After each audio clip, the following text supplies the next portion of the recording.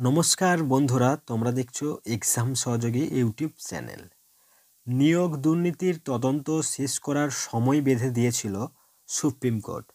একই সঙ্গে supreme court জানিয়েছিল তদন্ত শেষ হলে তার রিপোর্ট হাইকোর্টের বিশেষ বেঞ্চে জমা দিতে হবে তদন্তকারী সংস্থা সিবিআইকে।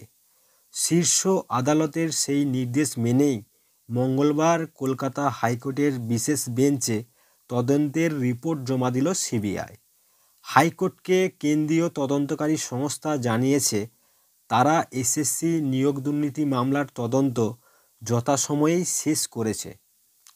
মঙ্গলবার বিচারপতি দিবাংশু বসাক ও বিচারপতি মোহাম্মদ সব্বর রশিদের বিশেষ ডিভিশন বেঞ্চে ওই রিপোর্ট দেয় সিবিআই।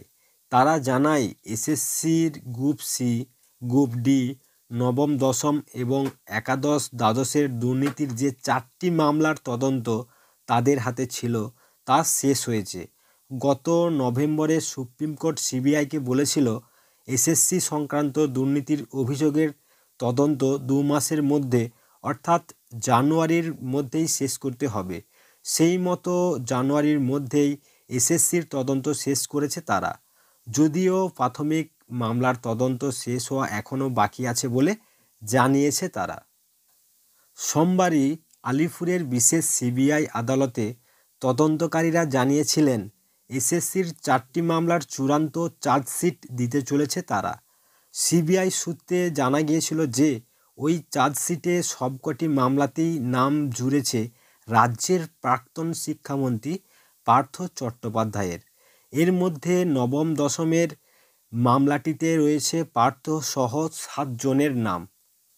তবে সিবিআইয়ের এই চার্জশিটের কথা প্রকাশ্যে আসার পর এসএসসির ভূমিকা নিয়ে মন্তব্য করেছেন এসএসসির বিতর্কিত চাকরি প্রার্থীরা।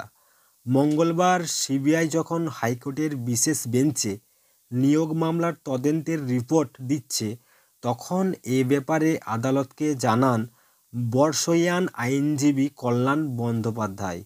তিনি বলেন, বিতর্কিত চাকরি প্রাপকরা এসএসসির রিপোর্টে অনাস্থা প্রকাশ করেছেন। তাদের মনে হয়েছে এসএসসি স্রোতের অনুকূলে সাঁতার কাটছে, তারা সবার সঙ্গেই খেলছে। আদালতের নির্দেশ অনুযায়ী এসএসসি তাদের অবস্থানও স্পষ্ট করছে না, তাই তাদের ভূমিকা সন্দেহজনক।